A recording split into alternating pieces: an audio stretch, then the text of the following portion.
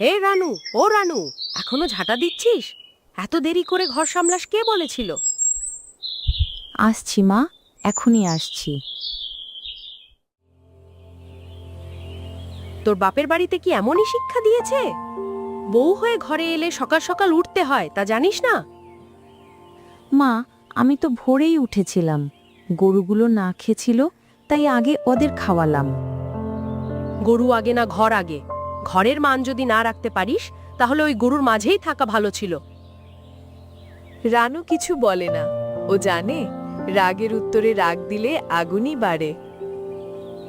দেখ, আমি কোনো দুষ্ট শাশুড়ি নই, কিন্তু আলসেমি আমি সহ্য করতে পারবো না। ঘরে সকাল সকাল জল আনবি, উঠোন পরিষ্কার করবি, ছেলেকে নাস্তা দিবি, এইটুকু তো করতেই হবে। ঠিক আছে মা, আমি এখনই জল আনতে যাচ্ছি। আর শোন, আজ দুপুরে পাতে মুগ ডাল হবে। লবণ যেন বেশি না পড়ে। গতকাল তোর রান্নায় সবাই নাক কুচকেছিল। না মা, আজ খুব ভালোভাবে রান্না করব। তুমি পছন্দ করবে। ঠিক আছে, দেখি তাহলে। তোর কাজের জোরেই বোঝা যাবে তুই কেমন বউ। রানু নিঃশব্দে বেরিয়ে যায় গ্রামের কলের দিকে।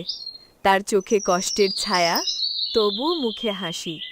কারণ রানু জানে নতুন ঘরে টিকে থাকতে গেলে শুধু কাজ নয়, মনও জয় করতে হয়। পর্ণা, পাশের বাড়ির বউ, রানুর একমাত্র বন্ধু। কি রে রানু, এত ভোরে জল আনতে বেরিয়েছিস? এখনো কুয়াশা কাটেনি। কি করব বোন, মা সকালে রাগ করলো, তাই ভাবলাম জলটা আগে নিয়ে যাই, তারপর রান্না শুরু করি। শুরুতেই রাগ, কিন্তু তুই মনে কষ্ট নিস না। তোর ধৈর্যই একদিন ওর মন জয় করবে, আমি জানি। আশা করি তাই হবে। আমি খারাপ হতে চাই না, শুধু চাই যেন মা একদিন বুঝতে পারেন আমি ওনারই মেয়ে। এইভাবেই শুরু হলো রানুর নতুন জীবনের প্রথম সকাল। অভিমান, ভালোবাসা আর ধৈর্যের মিশেলে, যার প্রতিটা দিন এক একটি পরীক্ষা। সকাল থেকে একটানা কাজ করে ক্লান্ত রানু। শাশুড়ির মুখের রাগের কথা যেন তার বুকের মধ্যে কাটার মতো বিঁধে আছে। কিন্তু সে কারো কাছে কিছু বলে না, শুধু নিজের মনে কান্না জমে থাকে। আমি কি এতটাই খারাপ মা? আমি তো ভুল কিছু করতে চাই না, শুধু ভালোবাসা চাই। এই ঘরটা যেন আমার নিজের ঘর হয়ে যায়। ও রানু, তুই এখানে বসে কাঁদছিস কেন রে? রোদে মাথা পোড়াবে তো। না রে পর্ণা, কিছু না, একটু বসেছিলাম, গরম লাগছিল। আরে, এসব কথা আমার থেকে লুকাস না। মুখ দেখলেই বোঝা যায় তুই কষ্টে আছিস। সকালে আবার শাশুড়ি রাগ করেছে, তাই না? বল না রে, মনটা হালকা হবে। মার রাগের তো কোনো সীমা নেই রে পর্ণা। আমি যতই চেষ্টা করি কিছুই ঠিক হয় না। সকালে গরুদের খাওয়ালাম, তাও বলল আমি নাকি ঘর সামলাই না। কখনো বলে আমি অলস, কখনো বলে আমি রান্না জানি না। আমি তো প্রতিদিন চেষ্টা করি ওনাকে খুশি করতে, কিন্তু জানি না কোথায় ভুল করছি। রানু, তুই নতুন ঘরের বউ, প্রথম দিকে এরকম হয়ই। কিন্তু একটা কথা শুন, তুই যদি ওর মতো রাগ করিস তাহলে ওর মতোই হয়ে যাবি। তুই ওকে ভালোবাসা দে, সম্মান দে, দেখিস একদিন ওর মন গলে যাবে। ভালোবাসা দিয়ে রাগ কমানো যায় নাকি রে? যে ফুলের গন্ধ আছে সেই গাছেও কিন্তু কাঁটা থাকে। তুই সেই ফুল হ, কাঁটার দিকে না তাকিয়ে গন্ধটা ছড়া। পর্ণার কথা যেন রানুর মনে এক নতুন আলো জ্বালিয়ে দিল। সে ভাবল, হয়তো আমি বদলাতে পারবো, যদি মায়ের মন জয় করতে পারি ভালোবাসা দিয়ে। না রে পর্ণা, আমি হাল ছাড়ব না। আমি প্রমাণ করব ভালোবাসা দিয়ে সব কিছু জেতা যায়। মা যতই রাগ করুক, আমি প্রত্যেকদিন হাসি দিয়ে তার সামনে দাঁড়াবো। এটাই হবে আমার প্রতিশোধ, ভালোবাসার প্রতিশোধ। এই তো আমার সাহসী বান্ধবী, তুই একদিন দেখবি মা নিজেই তোকে মেয়ে বলে ডাকবে। চল, এখন জল তুলি। সেই দিন থেকেই রানুর জীবনে শুরু হলো এক নতুন অধ্যায়, প্রতিশোধের নয়, পরিবর্তনের। ভালোবাসার প্রতিটি ফোঁটায় সে সাজাতে লাগল তার নতুন সংসার। বউ হয়ে ঘরে এসেছে মাত্র কয়েক মাস হলো রানুর। প্রথম দিকে অনেক গঞ্জনা, অনেক কথা শুনেছে, কিন্তু রানু জানে রাগের আগুনও ভালোবাসায় নেভানো যায়। তাই সে চালাকি নয়, বুদ্ধি দিয়ে ঘরের মন জয় করতে শুরু করল। আজ মায়ের প্রিয় কুমড়ো ঘন্টা করব। একটু ঝাল কম, একটু মিষ্টি বেশি দিলে ওনার পছন্দ হবে। রানু কুমড়ো রান্না করে বিলাসীকে ডাক দেয়। মা, একটু আসো না, তোমার মতামত দরকার।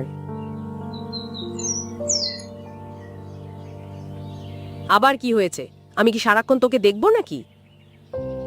না মা, শুধু একটু দেখো লবণটা ঠিক আছে কিনা বলো।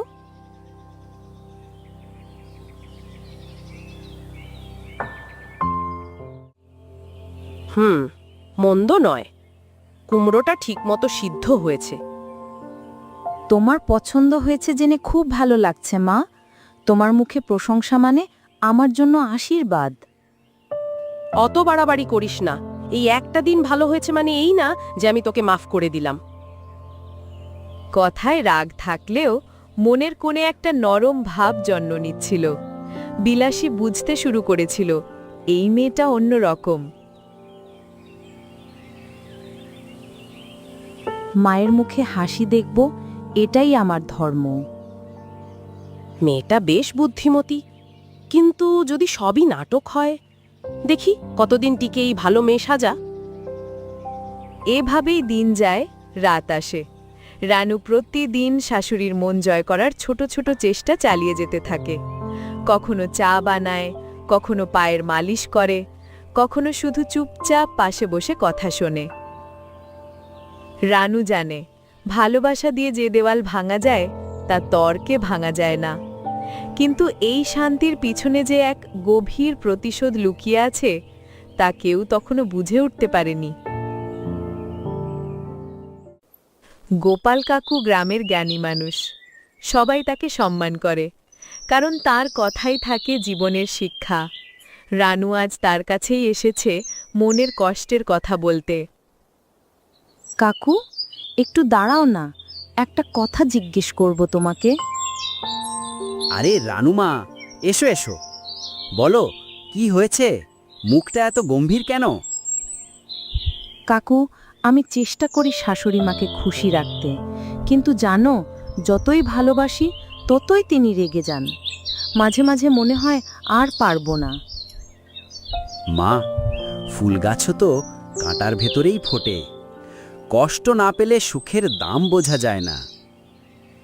তবু কাকু, আমি যদি বদলা নিতে চাই আমার মনের কষ্টের প্রতিশোধ, তাহলে কি সেটা ভুল হবে? দেখো মা, প্রতিশোধ মানে কখনোই মন্দ করা নয়। প্রতিশোধ তখনই সঠিক যখন তুমি মানুষকে নিজের ভুল বুঝতে শেখাও। যে তোমাকে কষ্ট দিয়েছে তাকে এমন ভালোবাসা দাও যাতে সে নিজেই লজ্জা পায়। সেটাই সত্যি প্রতিশোধ। তাহলে আমি যদি চুপচাপ ভালোবাসা দিয়ে উত্তর দিই, একদিন হয়তো তিনি বুঝবেন। অবশ্যই বুঝবেন মা, সময় লাগবে, কিন্তু মানুষ একদিন ভালোবাসার শক্তির কাছে হার মেনেই যায়। তোমার কথা শুনে মনে শান্তি পেলাম কাকু, আমি হাল ছাড়ব না। এই তো আমার রানু, মনে রেখিস, মন্দের জবাব মন্দ দিয়ে নয়, ভালো দিয়ে দিস, তাহলেই তুই সত্যিকারের বিজয়ী হবি। রানু জানে সামনে পথ কঠিন, কিন্তু আজ সে একটাই শিক্ষা পেল, প্রতিশোধ মানে ধ্বংস নয়, জাগরণ। আর সেই জাগরণই হবে তার শক্তি।